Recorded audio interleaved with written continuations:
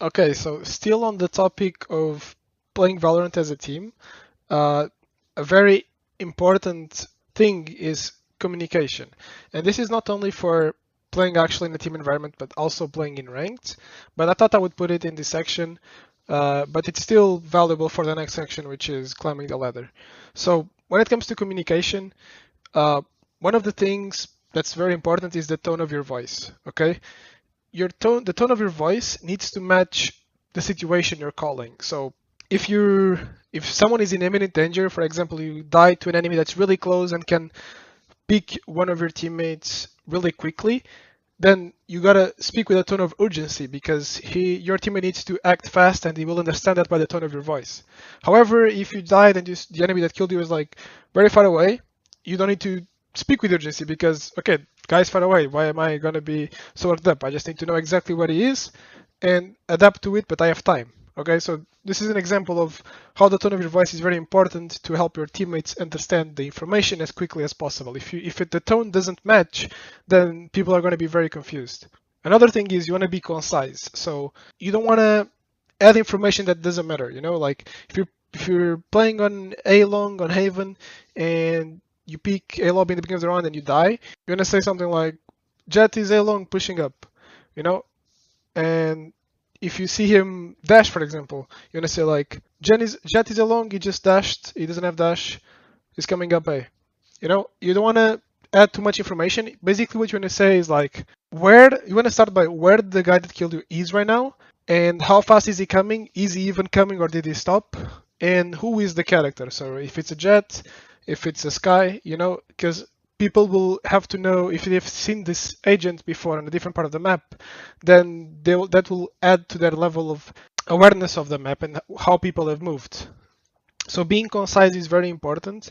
You don't want to give information that is not relevant, and you want to give the most relevant information first, which is again usually the most important information is where the enemy is, who is it, and is he coming? Did he stop? Do you know that? And do you know if he used any utility? So if the jet dashed or if the sky used the flash, that's also important communication to give because your abilities have cooldowns. Some don't even regenerate. So if your teammates are aware of what utility has been used, then they can position themselves better to adapt to what your enemies still have. Another important thing is to call numbers. So even if you don't die, but you pick somewhere and you just see like three people, or if you just on short and people are coming up long and you hear steps from three guys, you don't want to say just like, oh, they're coming A. No, you want to say three people are on A. So because if you just say they're coming A, they're all A, and then there's one guy on mid, one guy on C holding, then your teammates might just go knife out, okay, they're all on A, or they're coming A, whatever, they're rushing A. You might think, oh, maybe there's no one here, or maybe there's only one here, but there's still two people behind, right? So if you say there's three people on A, then your teammates know exactly, okay, we only know about three. Okay, so calling out the numbers can also make a big difference in how much awareness your teammates have of what's going on in the map, and that will impact their decisions the most. If you hear four people or five people, then they actually can go knife out, for example, from the other side of the map and push behind them. So that's how important and how much of a big difference calling out numbers. Another important thing is communicate timely. So you wanna when you're going to communicate some kind of information, make sure you're doing it at the right time. So of course, if you die, it's usually right after you die. But if someone is already speaking and you're alive and you started something, make sure you don't speak over them if what they're saying is as relevant as what you're going to say. You want to make sure the information is clean and do it at the proper timing. Don't make it chaotic. Otherwise, no one is going to understand that. It's just going to make it worse. This is also something that I talked before. So plan during freeze time. So as I said, when you're playing whatever default, for example, or if you're both on attack and defense, you wanna if you're on freeze time and you're just waiting like 15 seconds for the round to start, you wanna talk with the teammates that are with you. Stuff like what's our reaction going to be if they do this, you know? Or maybe you want to ask something like, oh, do you want this, my stun over here or my stun over there this time? Are you going to smoke this or not? Are you going to dash this way or not? What if they are doing the stun smoke play over here? Do you want to just go back or do you want to go through together? You know, these kind of questions are important to do and you have to do them on freeze time. You can't do them when the play is happening, right? And you want to be on the same page as your teammate, so they're very crucial things to communicate with. Also, a very minor thing, but also important. When you're asking for the gun to be dropped in the beginning of the round, make sure, just to make it fast, make sure you just ask someone in particular. So you're the one asking for the drop. So just look at whoever has more money and ask them in particular, hey, John, can you drop me?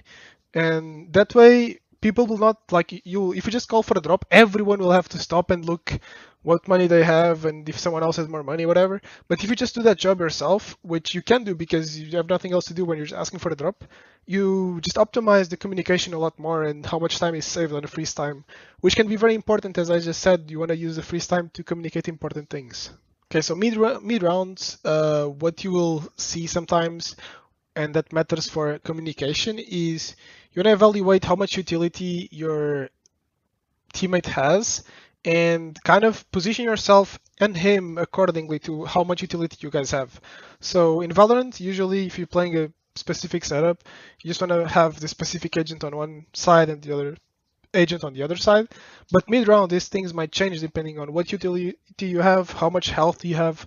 Do you have a sniper or just have a normal gun? Do you have a pistol? You know, these kind of things can change where the best position is for each of you mid-round. So this is important communication that should happen in these scenarios. And to give you an example, if one of your teammates is very low HP, maybe he wants to position himself, you want to have him position himself on a site where he can play like a headshot angle. Or if you have a lot of utility and the other guy that was holding a site alone just doesn't have more utility anymore, maybe you want to swap positions with him because you can delay the enemies better. Okay, so some other important topics when it comes to communication is to have positive energy. You don't want to be, I know it's not easy to always be positive, but you don't, if you bring negative energy when to your comms, that's going to spread out because that's what we as humans, that's just what naturally will happen. We will copy the same energy and behavior that our environment is in. So we want to make it as positive and as constructive as possible when we're giving out just comms in general. Also, we don't want to backseat playing, okay? Backseat gaming is very bad. You don't know what your teammate that's actually playing the game is thinking. Maybe he has a plan that you are not aware of. So when you tell him to do decisions based on your own plan, it's always going to go wrong unless you guys are thinking the same thing. But if you were thinking the same thing in the first place, then there's no need to backseat anyways, right? So backseating is always bad. You can give short and concise callouts. So maybe if you gave some information and you think he didn't hear it the first time and it's going to be relevant, you can just say it maybe one more time. But you don't tell him what to do. You just want to tell him good information and you don't want to take too long because he needs to focus and needs to hear sound cues. So for example, if you heard someone on B and you think he didn't hear it, you want to say like, oh, this guy is on B, just start a step there. It's like, and maybe he's going to change his position because he didn't hear that, you know? So that's important, but you don't want to say go B because you heard one guy there, okay? Because he's going to get confused. So this is the kind of information you want to give in these scenarios. You don't want to backseat gaming at all times. Also, don't give uncertain callouts. So if you think you heard something or if you think someone is going to be in a certain place, then don't give that kind of call. That's the same thing as backseating. You're just kind of like making him play the game as if you were you, trying to guess and using your own game sense, like imposing your own game sense on the person that's playing. And when you're not even certain of this information, it's just a recipe for disaster. You should leave the player that's actually playing the game do his own guesses and play with the information he has. And maybe your guess was right and he was wrong, but that doesn't matter. A lot of times it will be the opposite. And when you're in his position, you don't want other people telling you what to do either way. So that's very important. Don't do backseat gaming. That's the main thing. Okay, make sure you communicate your utility and your health. That's very important for your teammates to know how to position themselves and maybe if they want to switch guns with you or put you in a different site. It's very important that you communicate these things because they also know what to count for when people are rushing a certain site and how much can you help them and how much can they help you. Also, something that comes to communication, not as much in a team environment, but more like in ranked, is you want to establish spots like, okay, if you want to play a certain site on defense, for example, or even attack, if you want to lurk or whatever, you want to say that kind of thing. You don't want to just start around and be like going everyone going wherever they want. Maybe you want to see like, oh, I want to play A, you know, or I want to go garage this round. You want to kind of establish these kind of spots, but be open for people to tell you something else and like adapt to it. You know, it's good if you try different spots, and it's gonna create a better harmony for the team, especially in ranked, if you are open to other people's ideas. Another thing you can do is to suggest strats. So if you study a specific map or you've seen a VOD and you've seen people do specific things in certain situations and you understand why people do them, or maybe something that you have tried in the past and it worked out, don't be afraid of suggesting the strats. This is for both team play and a ranked game. The job doesn't fall all on the IGL, you know, it's usually good if the other teammates also have an input and ideas to give, and just give it as a suggestion. Don't call it out like, let's do this. Call it like, do you want to do this? Or maybe we can do this, you know, and just put the idea in the air, and then if people like it, they will say like, yeah, let's do that, you know. So that's also an important communication you can have, because it will help you win rounds when nothing was going to happen. And even if you don't win, at least it's better to lose everyone doing something together than everyone just going whatever they want and doing their own thing. Also, another thing that I could also include when it comes to communication is to basically learn how to deal with toxic teammates. You don't want to fall into their game, and you gotta be above them. Okay, so you toxicity is something that's shouldn't be happening in a team game. Of course, if you're playing ranked, it's gonna happen all the time.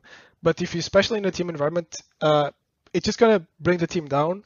So this is something that you should express with your team outside of the game, and with your teammate in particular, whoever is doing this. You should express and try to work it out, because that's the only way to move the team forward. Okay, and you don't want to be in a team or have someone in a team that's making the team play worse by being toxic or whatever reason.